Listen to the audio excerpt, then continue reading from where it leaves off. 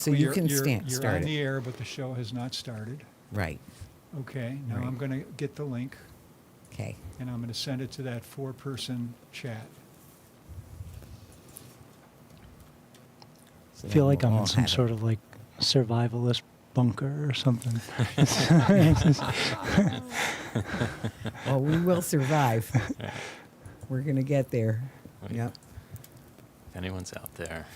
Yeah, zombie apocalypse. This is Right. where we get And it's so funny what you said, though, that's where you know each other from. Yeah, that's great. So, and of course, I couldn't resist pulling this out and bringing this with me. So I was starting to say that India's going to be at, oh, can you come to Riverside, Salem on the 16th? No, Oh, you can't. Oh, okay. I have to be in the Bronx. Oh, okay. Well, never mind. That's fine. That's fine. Because that's why I put it out as a conversation. So whoever comes, comes. And unfortunately, it won't be you. But I'm glad you're here now. And Vicki, we're show here now. India how to adjust her volume. For Am both. I- Okay. So if you want to adjust your volume, you're I'm the blue one. the blue one. Am I too loud or too low? And- That's up to you. What do you say? Oh, I think I sound fine. And Okay. then the other thing is about where your mic is. Is her mic? Yeah. I think it looks a little close, but if it sounds fine, then it should be. They said like 4. It sounds fine to me, but Yeah, it sounds my voice good. tends to carry. I Oh, that liked looks it good. when it was a little closer. Okay. So it may depend Excellent. on, yeah, other factors. I always think like the 4 inches thing. But, yeah, no, that, if it works, it works. We're glad. Okay, Facebook is giving me the link. They have given me the link. I'm going to now send it to you. Wonderful. Very good.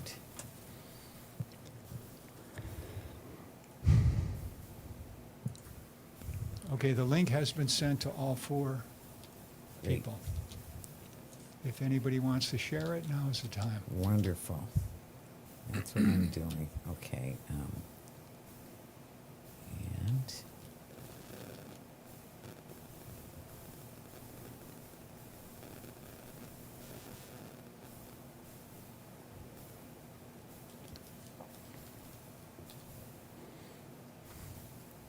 okay.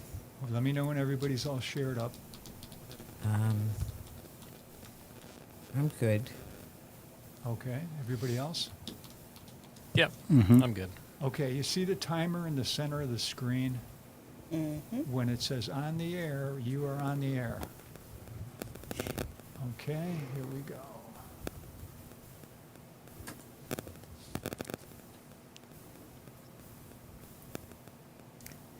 Welcome to Talking Peace with the Western New York Peace Center, being recorded here at Think Twice Radio in the home of the future.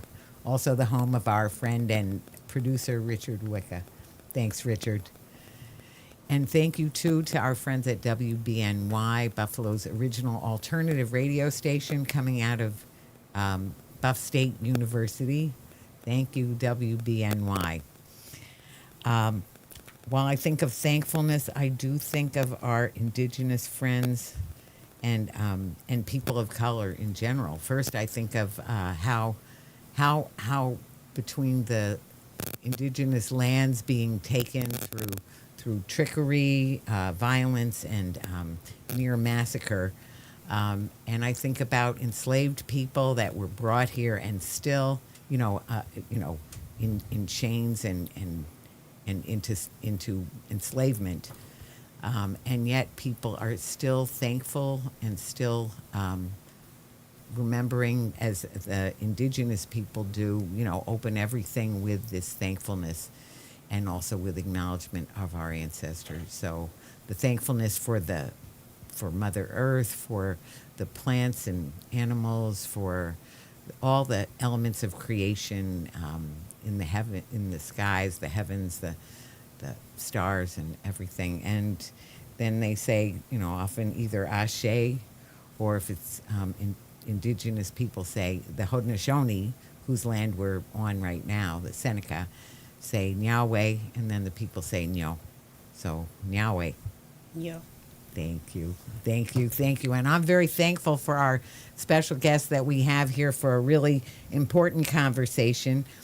First, we're celebrating Daniel Ellsberg Week, and part of that is we'll be going out to Northrop Grumman to notify them of their illegal activity in case they are just not aware. But in the meanwhile, so we have people who are involved in all different parts of that. So I think I'll start with Joe, because in the Haudenosaunee way, I get stuck on this thing of going counterclockwise. So Joe Hall is here. He's a researcher and did a lot of research on this topic, and is also with Jewish Voice for Peace as a professor. And we're so glad you're here, Joe. Oh, thank you for having me. I appreciate it. And then we have India Walton, who is well known in this community for all kinds of reasons, and not the least of them being, besides being the elected, the nominated, the Democratic nominee for mayor, and has still done so much work in the political sphere. But she's also the senior organizer at Roots Action, and also Progressive Hub. So we're so grateful for all the work you're doing, India. Thank you. Thanks for coming. Thanks for having me. Yeah, no, we're so glad. And last but not least, Derek Seidman, who is also a researcher and author who has written for Common Dreams. And Truth Out. Truth Out. Truth Out. I'm always making that mistake. Truth Out. And Little Sis, of course, is very big, and that'll show on some of the information you can share with us. And also very stalwart member of Jewish Voice for Peace. So thanks for coming, Derek. Thank you. And I'm Victory Ross. I am a social worker, and I'm the daughter of a German Jew Holocaust survivor who's passed away now, but who had to leave.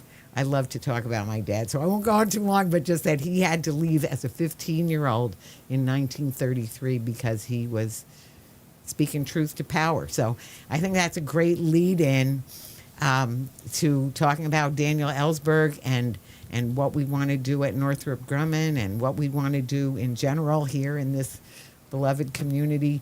So if what we like to start out with talking about our values, and so Joe, if you want to just say, when we think about Daniel Ellsberg or think about this Northrop Grumman accountability rally or whatever we want to call it, when you think about those topics, that truth to power, what are some of the values that you think of?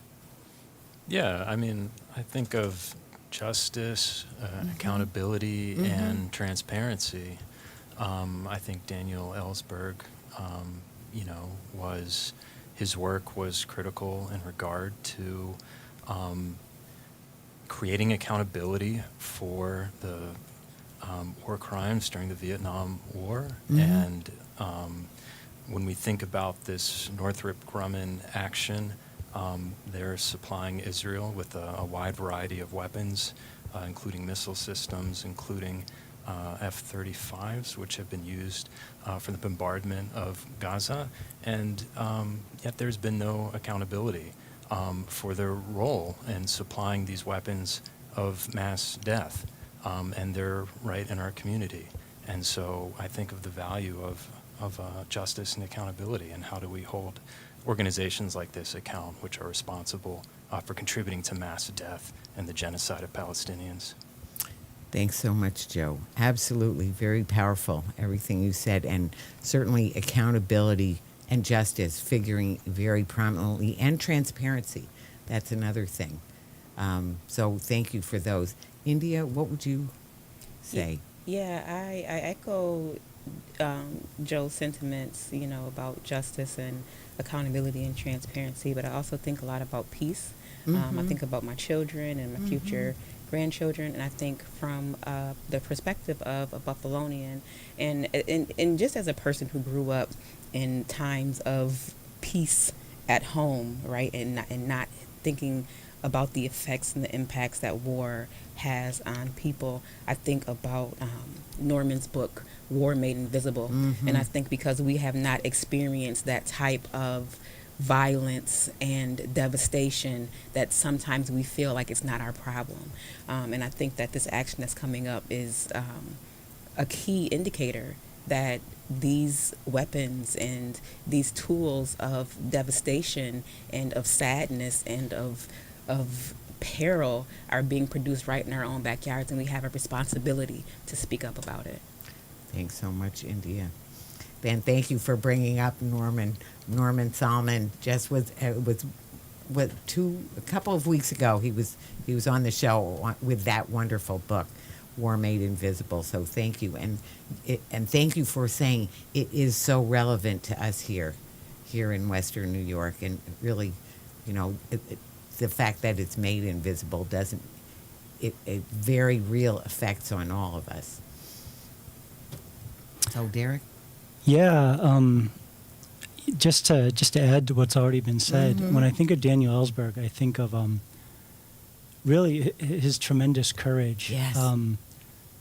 and how he sort of serves as a kind of model. I mean, he, in leaking the Pentagon Papers, was prepared to go to jail for the rest of his life to try to end the Vietnam War. And I think we're seeing right now people all over. I mean, I'm thinking about, students on campus who have been organizing the encampments and who have been being repressed, being harassed. They're risking a lot. In my eyes, they're heroes. They're a conscience of the nation right now.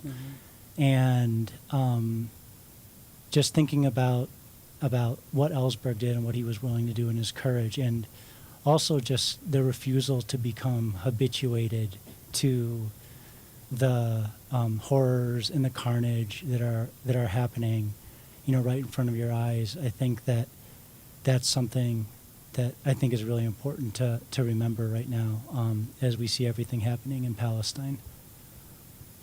Thanks so much. Yeah, thank you for also, what you're saying. I know you've been doing some work about Daniel Ellsberg. We were talking about it before the show, and it's so great to have you on the show to talk about that. I will say the same thing I usually think about: unarmed truth and unconditional love. How Dr. King said, that unarmed truth and unconditional love would have the final word. And Daniel Ellsberg was very much a picture of that. So he spoke the truth. Everything he shared, he revealed the truth, that was being hidden, and being hidden even from people who were working right on it. And the tremendous love that he had for people and for the world, really, to save us and try and save us from all the carnage and all the horror that was going on. And courage being, starts with the French word of cœur, of heart, that he had the heart that had so much love that brought him to risk his own freedom and really lifelong freedom. Thank God he did have his freedom.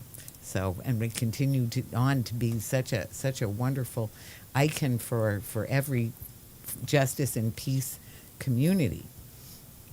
So, we're thinking about Daniel Ellsberg, and so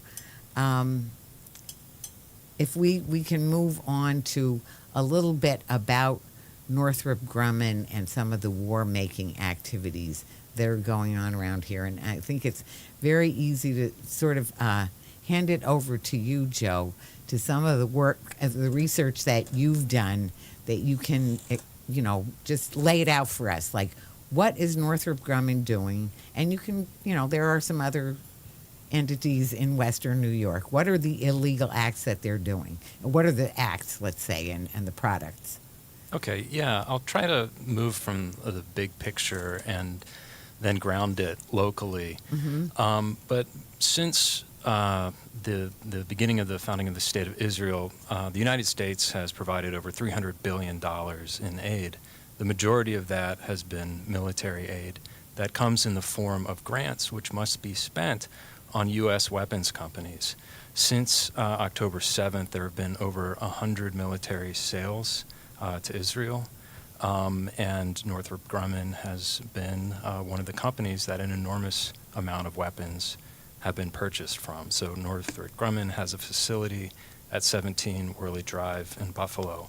1740. 1740 Right. Worley Drive, Buffalo, New York. Yeah, and if we think about, the weapons that Northrop Grumman produces, there's the Apache helicopter. It's an attack helicopter. It's been deployed by the Israeli military in Gaza in southern Lebanon. It's equipped with Hellfire missiles and guns that are capable of an incredible rate of fire. I mean, these are devastating, killing machines. There were well-documented reports in 2014 about the use of these helicopters. In one report of Hellfire missiles killing 51 people, including 24 children, and injuring at least 66 others, including 36 children, an incident that the United Nations Office of the High Commissioner for Human Rights identified as a direct attack against civilian objects or civilians, a war crime under international criminal law. And, these helicopters have been used extensively, again, in Gaza in the present conflict. And Israel has requested more Apache helicopters, which would, be partially supplied by Northrop Grumman and which would profit this company. They also are instrumental in regard to the F-35 warplane and bomber. The F-35 plays an enormous role in Israel's bombardment of Gaza historically. So in 2021, the Israeli Air Force deployed 80 fighter jets, including F-35s, to carry out waves of airstrikes across the Gaza Strip. They continue to use these aircraft to bomb the Gaza Strip now. And if we think about the level of destruction, block after block of civilian infrastructure, homes, universities and hospitals brought down by the bombs dropped from these planes, these have a direct link to Northrop Grumman. And so they are supplying the weapons and tools that are being used to commit what the International Court of Justice has said is reasonable to consider a genocide. And they're right in our backyard. We also have Moog in East Aurora and Elma. They are also do work on the F-35, as well as the M-SHORAD, which is a treaded vehicle that has equipped with a machine gun and a 30 millimeter cannon. So a lot of people think of Moog as sort of a hometown company and they're not really aware of its defense industry activities, but they're producing weapons that are designed to kill people, and have contracts with, sales with Israel. And I guess the other one, I don't want to go through all these grisly details, but sure. Lockheed Martin also has Right. a facility in Niagara Falls. Again, Right. they work on the M35 and several other weapons of destruction. Yeah. Right. No, they're way up there in terms of activity, illegal activity. India, do you have what's your reaction to, I know a lot of that are things that you've already heard, some of which anyway. I wasn't aware of the extent of local involvement in the supplying of weapons to Israel to perform, this ethnic cleansing in Palestine and in Gaza. And it's sad to me that there has not been more of a reaction and a resistance locally to these facilities existing in our community. Well, thanks. It's back to what you said before, war made invisible. So people just go to their work, they sort of keep the blinders on that the community does the same. So we all know Northrop Grumman is a war profiteer. Lockheed Martin, slam dunk. Moog, I thought they made speakers as well.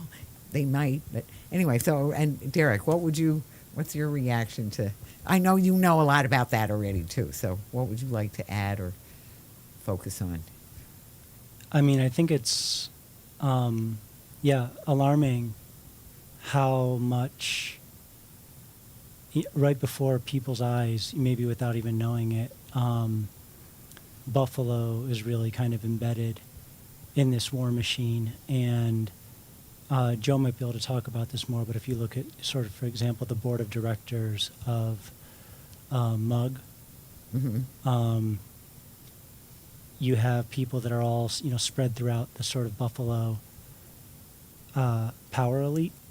But also just taking a step back, these corporations are there's so much money involved. Northrop Grumman, it's the third biggest defense or weapons producer in the world. In 2022, it made over $36 billion in revenue. Its CEO, her name is Kathy Warden. From 2020 to 2022, she raked in over $60 million in compensation. And then on top of that, if you read their quarterly releases, every quarter, their stock buybacks, paying out dividends. So it's the big Wall Street investors, too, that are also profiting from this. The BlackRocks, the Fidelities, the JP Morgans, these are all their very biggest shareholders. And Lockheed Martin, they're the world's number one weapons producer. Mm-hmm. And incidentally, when talking about the student encampments, Columbia, where it really got started, one of the trustees at Columbia is Jay Johnson, who was the former Homeland Secretary for Obama. Oh, he's right. also on the board of Lockheed Martin. So when they're drawing the connections between, the war machine and what it's doing in Gaza, and how that's connected to their own university power structures, university investments, it's a really close connection. Wow. Yes, that is a really close connection. And it brings me to mind one of the other things we were going to talk about. So really two things, but to start off with the Merchants of Death Tribunal. So Kathy Kelly and Brad Wolf, who's on the show, both of them have been on Talking Peace before. Brad Wolf very recently about this Merchants of Death War Tribunal, which is all about, they've been doing this for about a year. They got a tribunal together of international law experts and other, qualified people to make a judgment after they get the evidentiary videos. So they've been making these evidentiary videos pretty much, I think it's one a week or something like that. But so they've got just oodles of videos with the proof of the war profiteering, of just what you're saying. So first of all, there's the war element, there's the amount of destruction, and then there's the amount of profitability. So when we say, it's not just about, what's going on in Israel and Palestine, or the people's feelings, or what's, the history. It's also about the money is coming in. And so sometimes I call it Fear Inc., which is all the efforts to control, intimidate, incarcerate, and even kill. And that would be also could be known as the military, industrial, congressional, media, contractor. You could throw in there the police and because it's everyone behind a gun. It's all the fear thing. They get the money, and so the Merchants of Death. They didn't throw in the sheriffs and the carceral system and everything, which I sometimes do. But let's just stick with the Merchants of Death. But they are raking in the dough, and you just said, there it's cha-ching, cha-ching right now between what's going on in Ukraine, what's the devastation in Gaza, It's and meanwhile the stock market is zooming. Now it has been mentioned to me that might not be the only reason it is, but still, that is one big prop up. That they are raking in the dough. So please, Joe. Yeah, so, just a couple of things to say about that. I mean, Moog reported in a 2023 sales call that their sales in space and defense increased 11% to $241 million due to a higher demand for defense products, right, which means weapons. And thinking about where money is going, right? Mm-hmm. So an enormous amount of money is being used to, every time we give aid to a country like Israel, again, just let me emphasize, that is earmarked to go to purchase of U.S. weapons. So it's a direct subsidy of the U.S. weapons industry of billions of dollars. And so if we think about if we subsidized economies of care to that scale, right, as opposed to economies of death, things would look really differently. And so it makes me very concerned that so much of our local economy is invested in this economy of death. Yeah, I just had an aha moment. So for quite a while, I had been racking my brain trying to figure out what interest AIPAC had in the congressional seat that was held by Brian Higgins, right? Mm-hmm. It's like a plus 10 Democratic seat. It's not at risk of being overtaken by Congressman Kennedy is essentially unopposed. Like, why would AIPAC be pouring money? Why would they be involved in this race? And now it's all making so much sense, and it's scary, right? Because this is the economy, right, that someone has to ensure that this monster continues to be fed, and that's what we're doing. And now my mind is just absolutely blown. It's even worse than I thought it was. Yes. No, you're so right. No, that is exactly. Derek? I mean, as JVP, we are firmly support the whole Reject AIPAC campaign, and I'm really shocked that Kennedy is accepting money and the endorsement of AIPAC. I mean, if you look who actually are the biggest donors to AIPAC, like who really is driving it, mm-hmm. I mean, it's all, the biggest donors are a bunch of far-right billionaires so for example, I've been doing some research on this recently. The fourth biggest donor to AIPAC right now, his name's Bernie Marcus. Mm-hmm. He's the founder of Home Depot. He just gave $1 million to Trump. He funds all kinds of union busting, kind of AstroTurf outfits, a bunch of kind of organizations that are in the Coke money, Coke donor network, orbit. The fifth biggest donor to their political efforts, to their big super PAC, his name's Paul Singer. He's a hedge fund billionaire. Same thing, donates to the whole, donates to Trump. I think he gave, I forget the exact amount, but huge amount of money to Trump's inaugural. And, you can go on and on. And, I mean, this really shows how AIPAC is part of this kind of reactionary nexus that's on the one hand, it's supporting, this, occupation and apartheid and genocide in Palestine, while at the same time, it's, being, funded by these forces that are trying to crush progressive Democrats in the U.S., that are, funding all types of other reactionary causes that are enemies of the labor movement, that are enemies of, progressive change in the U.S. So, I mean, really, I don't understand how someone like Kennedy, who says he's going to Congress to take on MAGA, right, mm-hmm. is going to take money from this really reactionary group that, by the way, is funded by people who are also bankrolling MAGA. Right. And the thing that kills me, right, is none of this is about values, right? We've made it into this identity and about values and things. This is about money. Like Right.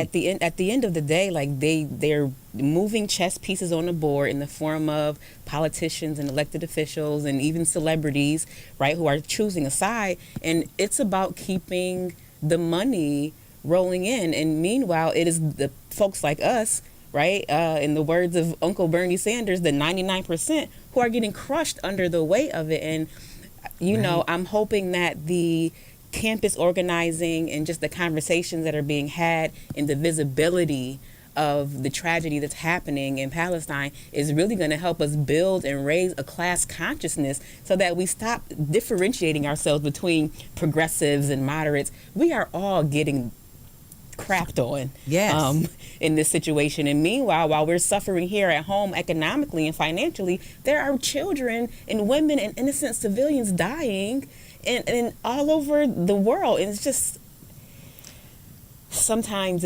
it's hard to even want to continue to fight, because it seems like it's such a long road to get any type of justice. But yeah.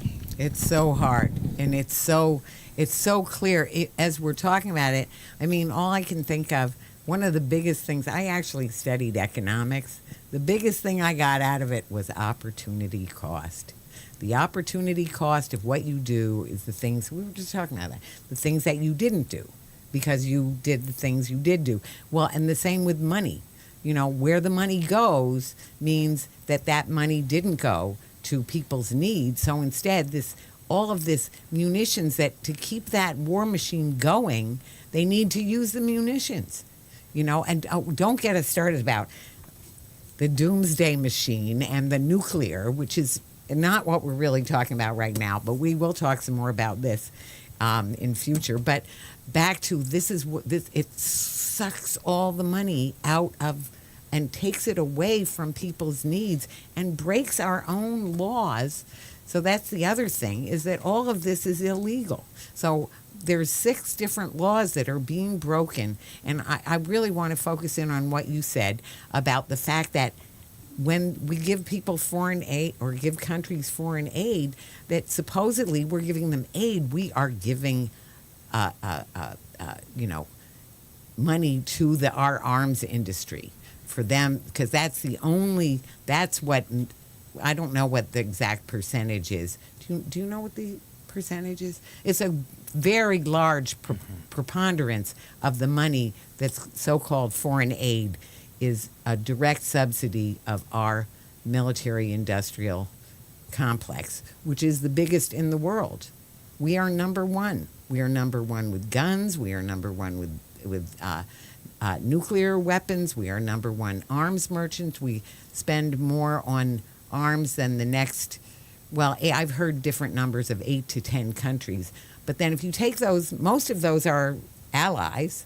Many of those are allies. And then the rest of the countries, those are small countries that don't have much of a military budget. So it's just back to, the greatest purveyor of violence in the world is my own government. So these 6 laws all say that we are not allowed to subsidize, and no country, the U.S. government is not allowed to permit companies to sell arms to countries that are credibly accused of war crimes. So, Joe. Well, I'm certainly not an expert on international law, but just the few things I can say is that I think that accounts for why the current administration has worked so hard to try to discredit the United Nations and the International Court, and to ignore the ruling that what is happening is plausibly genocide, because the writing's on the wall. I mean, what is the vast plurality of countries in the UN are on board with finding what Israel is doing as tantamount to war crimes. Absolutely. And I'll just say a couple other things. I mean, this preceded October 7th. If we look at the Dahia doctrine that the Israeli military employs, It means using disproportionate force on civilian infrastructure anytime there's an attack on Israel. So it is policy. It is Israeli military policy to attack civilian targets. And when we're thinking about a place like Gaza, which is one of the most densely populated places on the earth, there is no attacking civilian infrastructure without killing. Gratuitous. I mean, every death is gratuitous, but without killing so many civilians. And so to ignore these laws, I mean, is like there's no question that they're being violated, and to ignore them is just the height of cynicism. And and there is precedent. So a Dutch court in February, for a brief moment, ruled that they had to stop exporting parts for the F-35 plane, given its extensive use in bombardments in Gaza Strip, right? So so judiciaries and quote unquote progressive countries, there is precedent for saying yes, these companies cannot do what they're doing because it is materially aiding genocide. Well, I just have to insert at this point that one of the things, when I attend Temple Beth Zion, and I've talked with a lot of people, a lot of Jewish people, about what is going on. And first of all, I think that they don't really necessarily know, or they may not want to know, because the news that they get out of Israel is very different. Now, we also know that the first casualty of war is truth. So there's just a bunch of lies. It's just like, in Nazi Germany, the Germans, either when they didn't know or they didn't want to know, so they just fed a line, and they just ignore the rest because they don't want to know, because then you have to do something, or you might feel that you have to do something about it. So international law, I did actually study international law, and also Veterans for Peace came out with this list of these 6 laws that are being broken. And as you pointed out also, as all of you have pointed out at different points, it's not new. This is not new that there are war crimes going on. If you see a graph of the number killed by Hamas or Palestinians, the number of Israelis killed versus the number of the respective losses on each side, you see that Israel, just for every one death, there'll be another 10. For every one death of someone in Gaza, of someone in Israel, then the Israeli military will kill, 10 times as many people or more. Just some, and there are laws. One of them is about international law. That's not in the 6 laws that are broken. That's in the in the Geneva Conventions, that proportionality is a rule. You cannot kill 10 people for every one person killed. You cannot go after civilians. They go after civilians. The only other thing I needed to say is that when people, one time I made some real progress with somebody who doesn't really see it the same way as me, when I started to talk about the greatest purveyor of violence in the world is my own government. So it's not like we think, Israel's the only one doing something wrong. No, we have been doing war crimes in Afghanistan,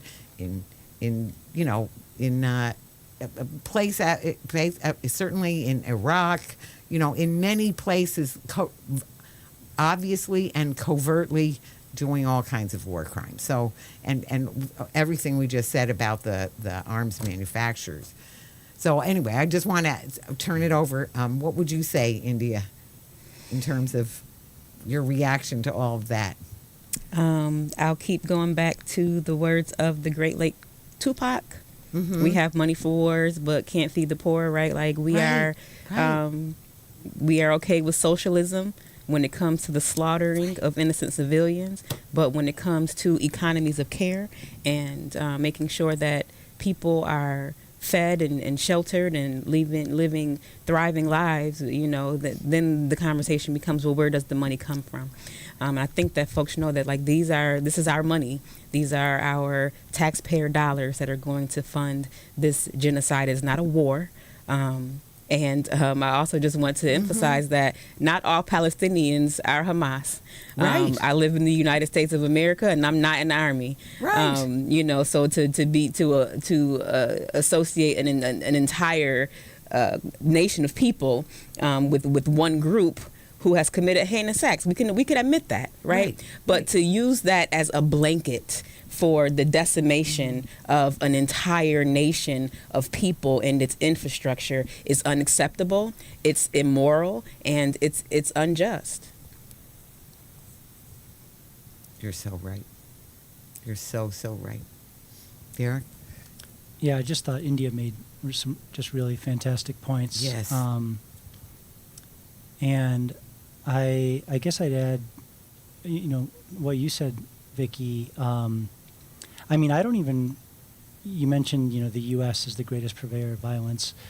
I get annoyed when this is called, the Israeli war, the Israeli siege on Gaza or on Palestine, because I think it should be called it should always be called the U.S.-backed Israeli war on Gaza, or Right. even just the U.S.-Israeli war on Gaza. Right. The U.S. is and all of the federal politicians who are voting for this and upholding this Right. are utterly complicit and responsible in enabling the genocide that's happening. And also, I guess to India's point about not all Palestinians are Hamas. I mean, the whole Hamas,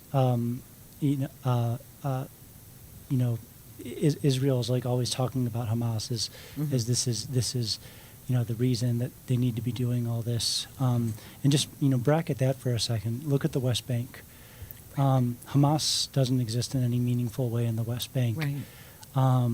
And we know that for years, for decades, Israel has been settling the land. Settlers have been, with the support of the Israeli government.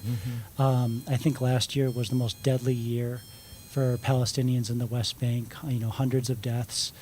And if you go, I recommend everybody go look at the most, storied human rights group within Israel, B'Tselem. You can Google it. Look at their human rights reports.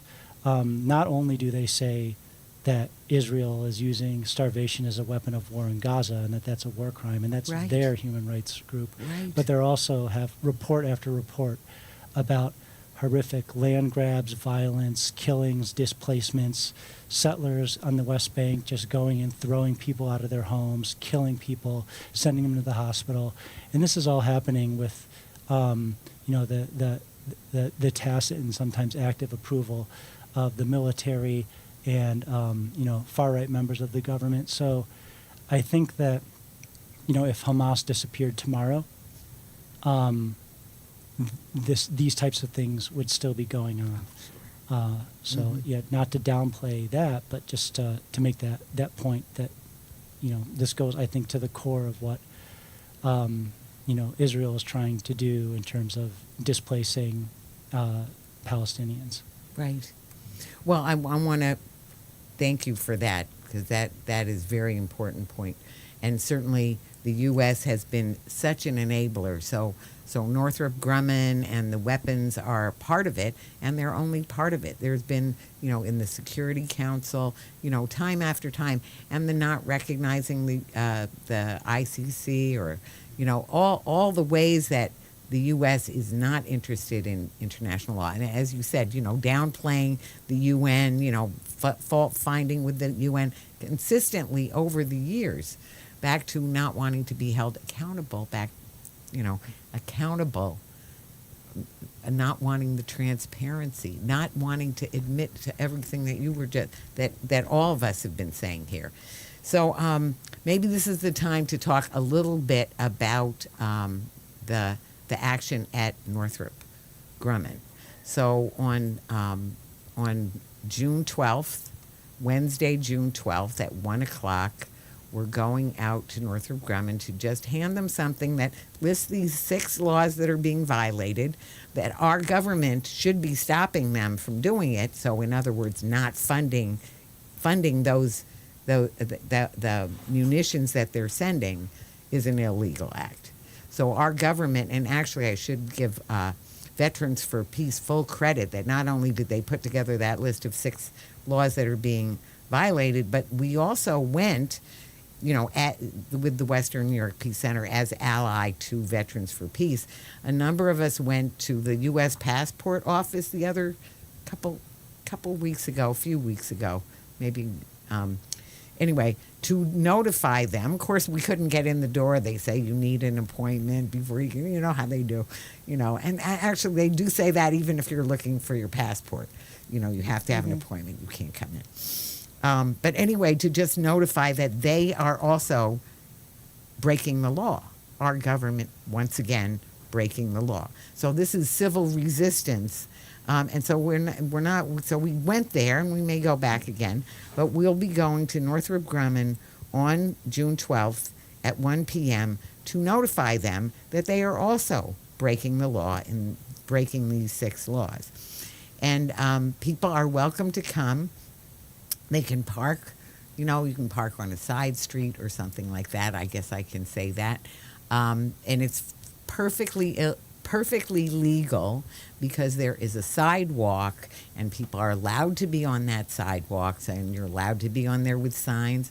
The police could say that people need to keep moving or sort of go in a circle or something. As long as people are not blocking other people, not blocking traffic, it is perfectly legal. So a small contingent will go actually with a document to the door to let them know, and just notify them that they are breaking these laws and they're doing illegal acts, and to I don't know, suggest, demand. I don't know what the right word is going to be, because I don't think we're going to actually shut down the plant right then, but that they do need to cease and desist. Now, whether they will or not, that's another question, but people are welcome to come, and so I'd like each of you to just, if you have something to share about your thoughts about this, doing this, and especially in Daniel Ellsberg week. So, Joe? Yeah, I mean, I think Daniel Ellsberg is, his actions were about shining a light on the sort of things we didn't know existed and we wouldn't want done in our name. Mm-hmm. And I think that this is a way to understand how, that there are, locations in our communities where things that are happening, we wouldn't want them in our name. And so I think showing up is a way to remind ourselves that these nodes of the military-industrial complex exist in our communities. This, this profiteering off of mass death, has its local, its local site. And so I think making these demands and making that real to ourselves is a really important act. And at this point, anything one can do to throw sand in the gears of the war machine is a good thing. Thanks. Yeah. Are you going to be able to come, do you think? Yeah, I think I will. Oh, good. That'll be so wonderful. India? Yeah, I think that I echo everything that Joe said. Power concedes nothing without a demand. Right. And I think that in the moment that we are in now, it is so dire and so urgent that we must make more demands. We must make more demands, not only of these private corporations, but of our politicians and elected officials, right. Of our neighbors, right. of our families and friends. Like you said, you talking to people at Temple, right? Like organizing starts with our own people, right? Like I'm doing education with my family because there are some people even in my community who don't see the connection between what's happening in Palestine and what has happened to people of color and what's happening to people of color all over the world. So we have to start somewhere, and we have to be durable and have some stamina to make sure that we keep pressing. Amen. Amen. Ashe. Yeah, so true. And Derek, what would you? I'm all about follow the money. Right. So I think it's important and powerful to find the institutions, find the actors, find the places and spaces where the profiteering is going on, and doing the research and the work to figure out who's connected to that, who's propping it up, who's benefiting from it. And I think there's been great appeal in this movement that we've seen arise over the past several months, to not just calling out and trying to pressure politicians or engage in mass protests, but also to find out who is making the weapons, who's making the loans, who are the shareholders, who are the board members, and so on and so on. So I think it's essential to do actions like this that kind of employ that strategy of like really getting, naming, who, what, when, where is involved in war profiteering. Well, everything that you've shared just now and also before in terms of the it's all the little sis stuff about where what's happening with the money, looking behind the curtain, to what is really going on financially, politically. It's so valuable and so important in people understanding. And that's where I'm going to remind people about the Merchants of Death Tribunal, which is coming towards the end of they've gotten a lot of information. I mean, an overwhelming amount of information about all these war profiteers. And they focused on a number of them. They didn't pick Northrop Grumman for some reason, it's sort of maybe who was like nearby that they would, because they've had people go out and do what we're doing. So we'll be doing, this as a co-sponsor of the Merchants of Death Tribunal, and just as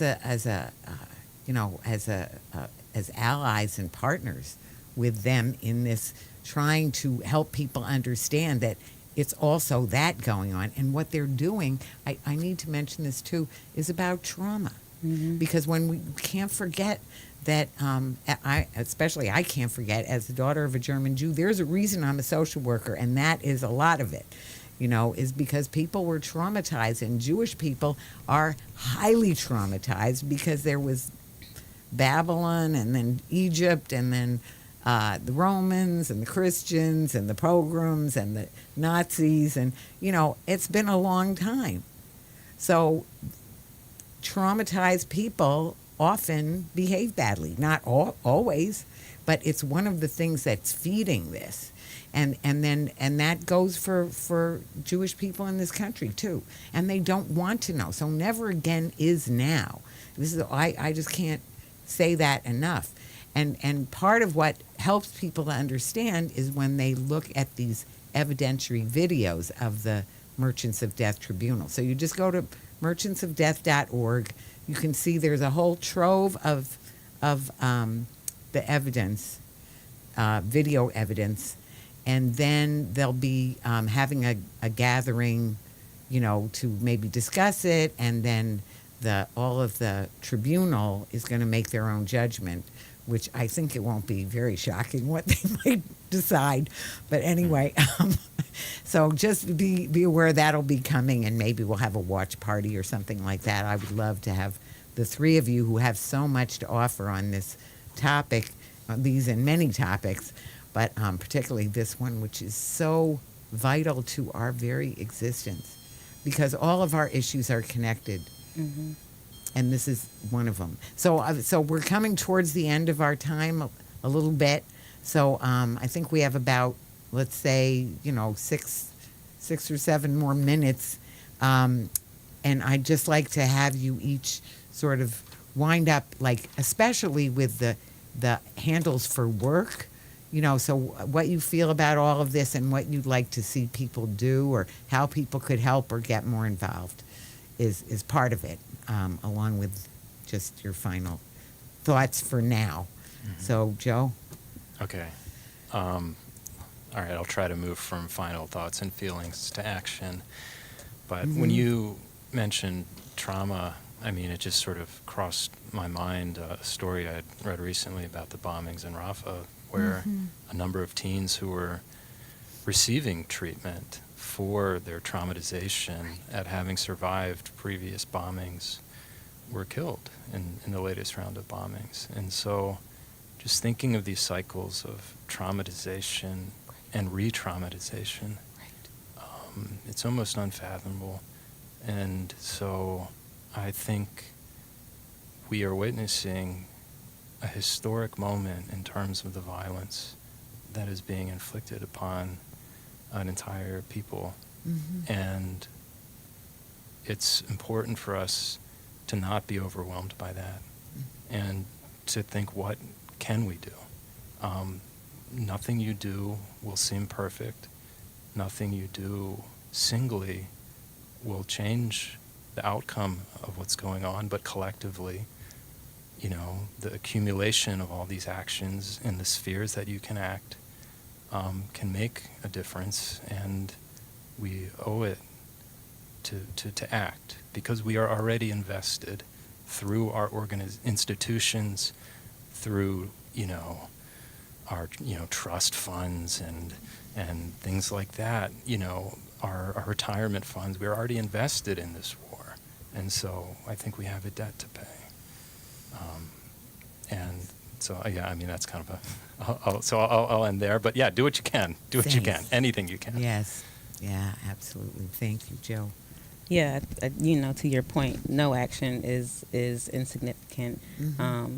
And do what you can, and then a little bit more. I think that the blessing of comfort is meant for us to be able to give of our time, talent, treasure in order to make a difference. So if you're a little bit too comfortable, maybe volunteer an extra hour, attend another action, find a way to get involved. And the other things I just wanted to highlight is that there's a fairly recent body of research out dealing with epigenetics, and it talks about how trauma actually alters the DNA of people who've experienced it. So the trauma of what we're experiencing now, even as onlookers and witnesses to this, let alone what is going to happen, to folks who have experienced it for themselves, is going to be long lasting.